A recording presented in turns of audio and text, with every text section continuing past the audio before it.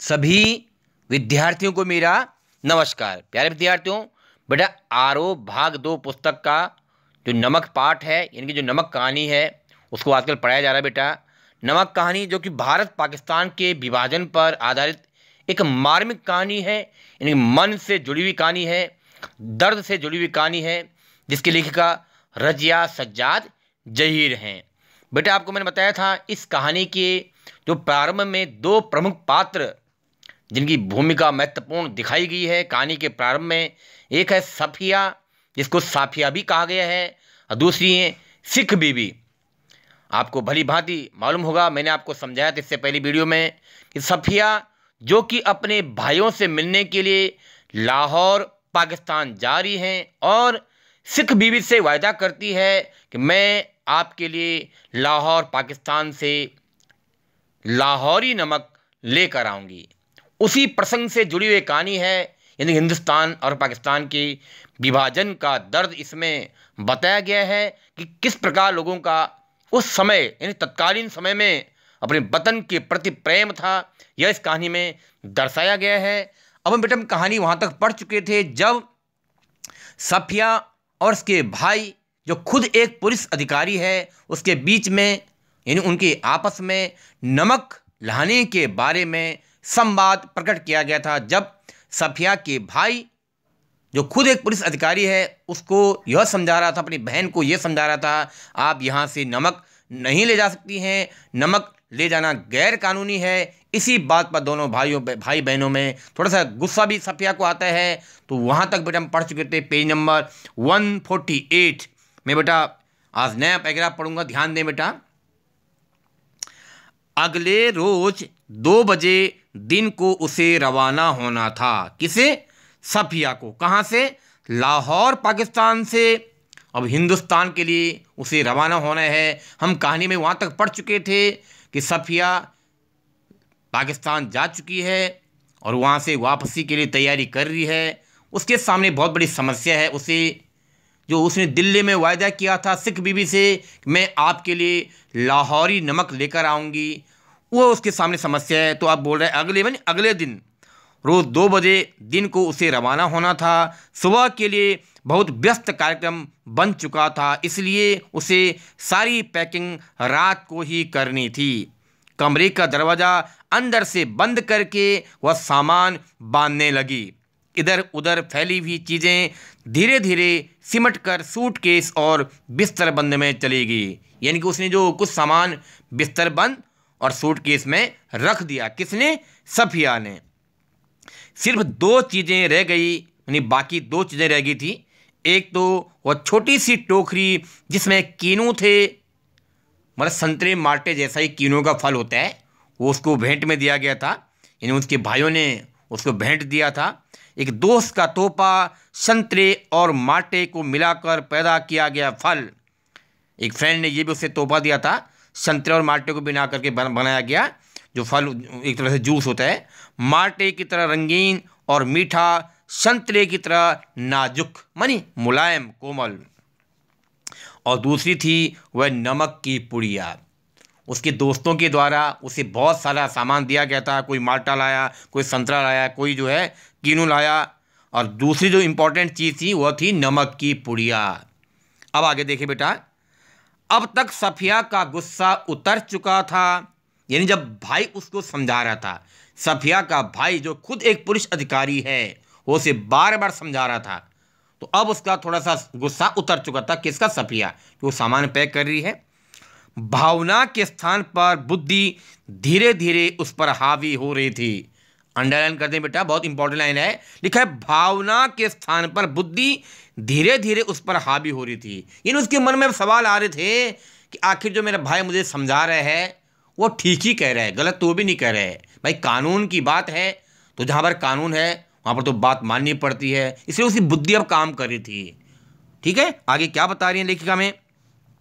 नमक की पुड़िया ले तो जानी है पर कैसे? अब उसके मन में खुद ही प्रश्न आ रहे हैं कि मैं इस नमक की पुड़िया को हिंदुस्तान ले जाऊंगी पर कैसे? अच्छा, अगर इसे हाथ में ले लें और कस्टम वालों के सामने सबसे पहले इसी को रख दें, फिर क्वेश्चन मार्क है। उसके मन में सवाल आ रहे हैं यदि मैं इस नमक की पुड़िया को सबसे ऊपर हाथ में ले लूँ और कस्टम वालों, जहाँ पर सामान की जांच होती है बॉर्डर पे, वहाँ पर मैं अगर उनके सामने सबसे पेश करूँ तो क्या हो। लेकिन आगे लिखा है, लेकिन अगर कस्टम वालों ने न जाने दिया तो मजबूरी है, छोड़ देंगे। उसके मन में फिर सवाल आ रहा है, यानी द्वंद्वग्रस्त है वो, द्विधा उसके मन में।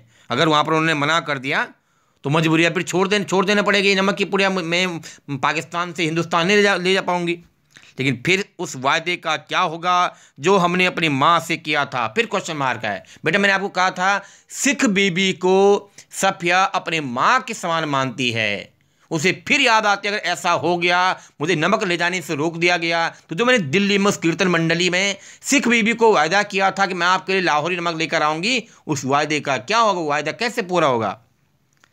हम अपने को सैयद कहते हैं, इमाम के लिए बोला गया कि हम अपने आप को सैयद कहते, इमाम कहते हैं।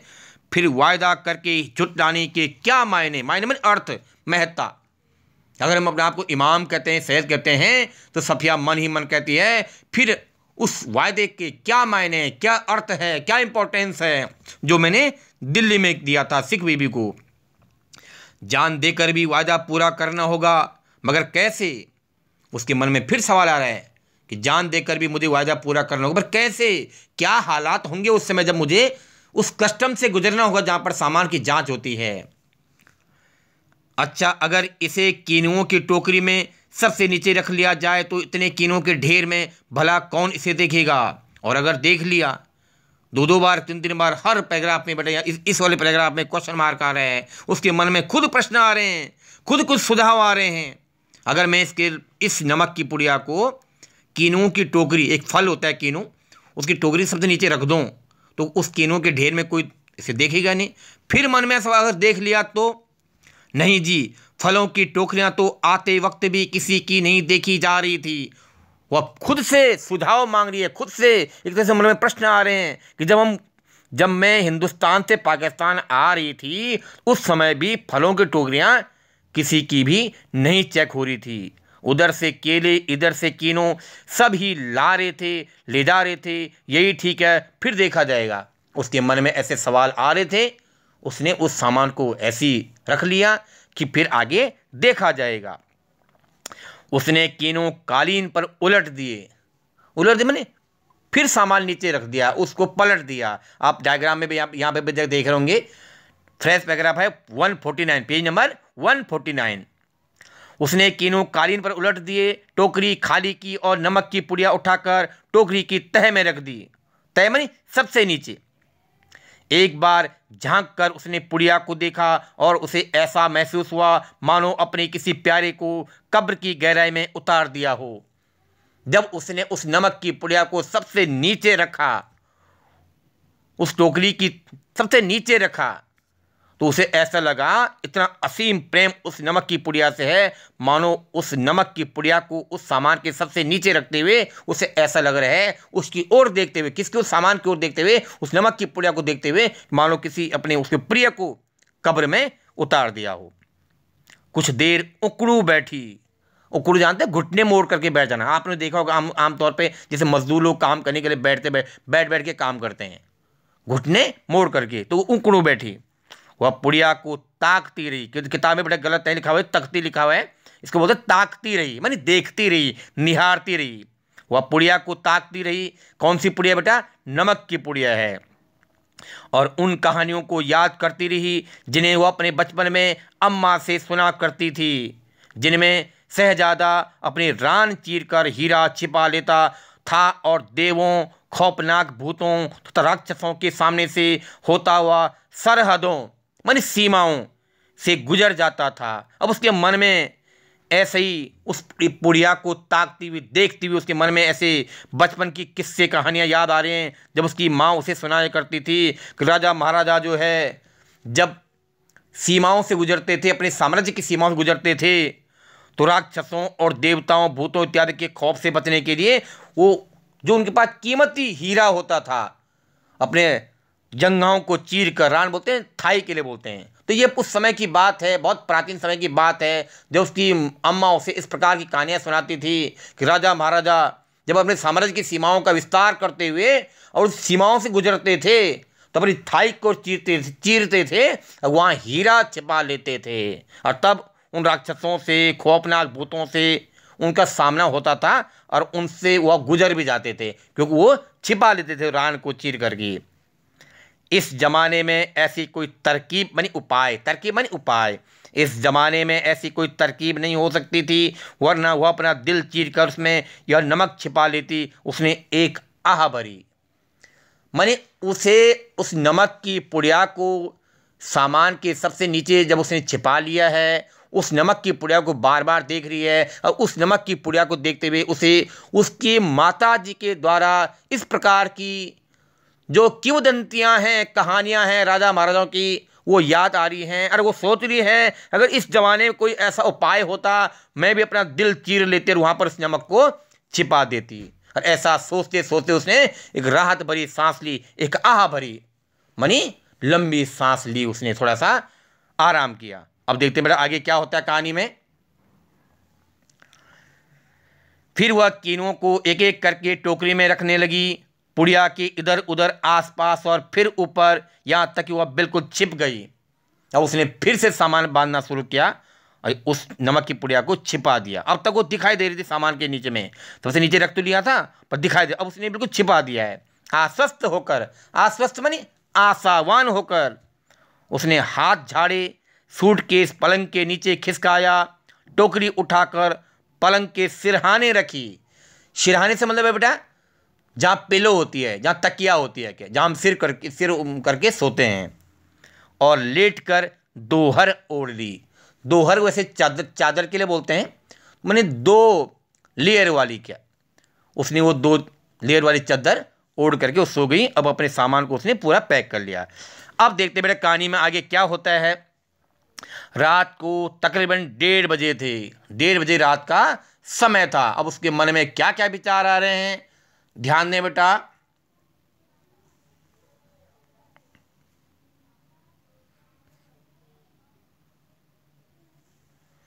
रात को तकरीबन 1:30 बजे थे। मार्च की सुहानी हवा खिड़की की जाली से आ रही थी। बाहर चांदनी साफ और ठंडी थी। खिड़की के करीब लगा चंपा एक वृक्ष है बेटा, एक घना दरख्त माने पेड़ वृक्ष, सामने की दीवार पर पत्तियों के अक्स लहका रहा था। माने हवा चल रही थी और वो चंपा के पेड़ के पत्ते हिल रहे थे। कभी किसी तरफ से किसी की दबी हुई खांसी की आठ मानी आवाज। रात को 1:30 बजे जब उसे अगले दिन बैठ करके ट्रेन में बैठ करके कहाँ आना है, हिंदुस्तान आना है। अब ये रात का दृश्य क्या है वो देख रही है, समझ रही है। दूर से किसी कुत्ते के भौंकने या रोने की आवाज़, रात को कहीं से कुत्ते के भौंकने की आवाज़ आ रही है, किसी के रोने की आवाज़ आ रही है। चौकीदार की सीटी और फिर सन्नाटा।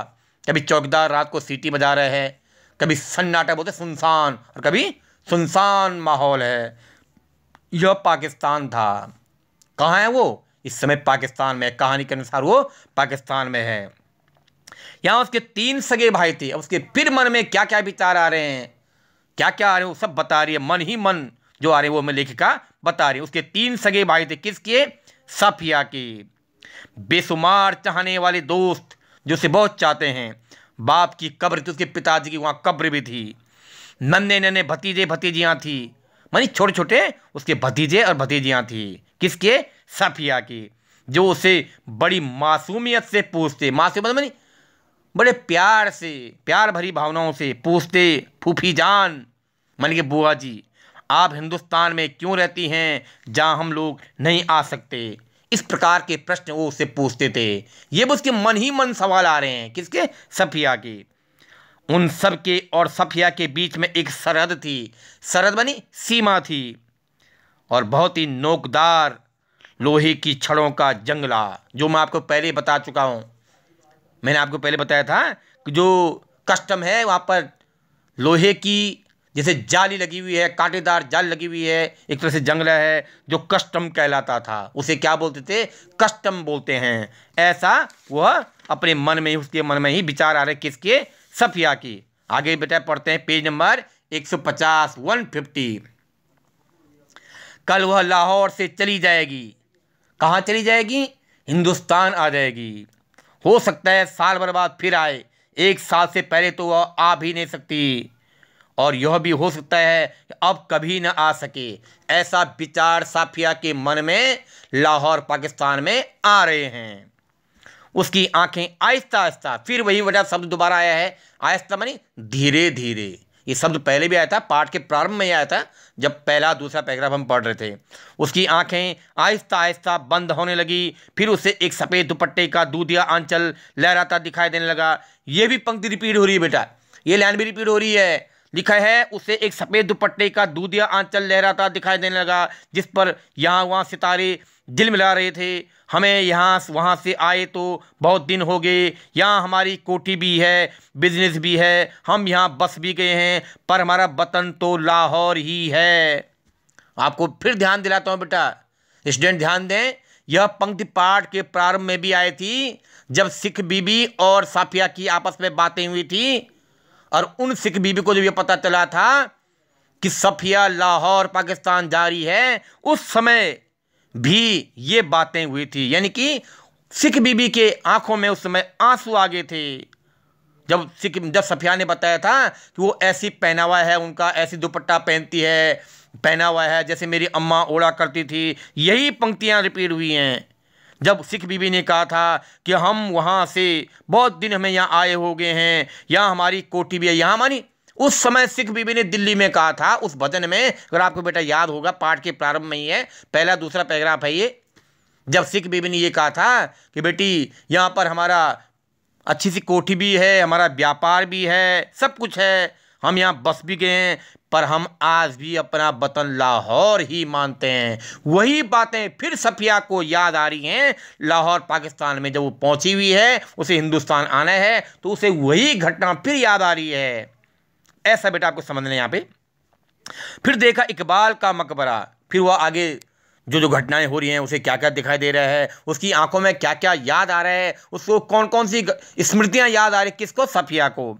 लिखा है फिर देखा इकबाल का मकबरा, लाहौर का किला, किले के पीछे डूबते सूरज की नारंगी किरणें, आसपास से फैलता उभरता अंधेरा, उस रंगीन अंधेरे में बहती हुई नरम हवा, मानी कोमल हवा, उस हवा में रची हुई मौलश्री की खुशबू, खुशबू नहीं सुगंधित, मौलश्री जो सुगंधित फूलों वाला सदाबहार वृक्ष होता है, मेरे वृक्ष की क्या है, वैरायटी है, ये पेड़ की वैरायटी है। और मकबरे की सीढ़ियों पर बैठे 2 इंसान, सिर झुकाए चुपचाप उदास जैसे 2 बेजान परछाइयाँ। उसे ये सब स्मृतियाँ याद आ रही हैं क्योंकि वो उसके साथ उसका भाई उसे छोड़ने आएगा, इसलिए वो सारी घटनाओं से याद फिर आ रही हैं। तो तुम कल चली जाओगी? हाँ। अब कब आओगी? मालूम नहीं, शायद अगले साल, शायद कभी नहीं। मानो उसका भाई उसे पूछ रहा हो कि कल तुम चली जाओगी, फिर कब आओगी?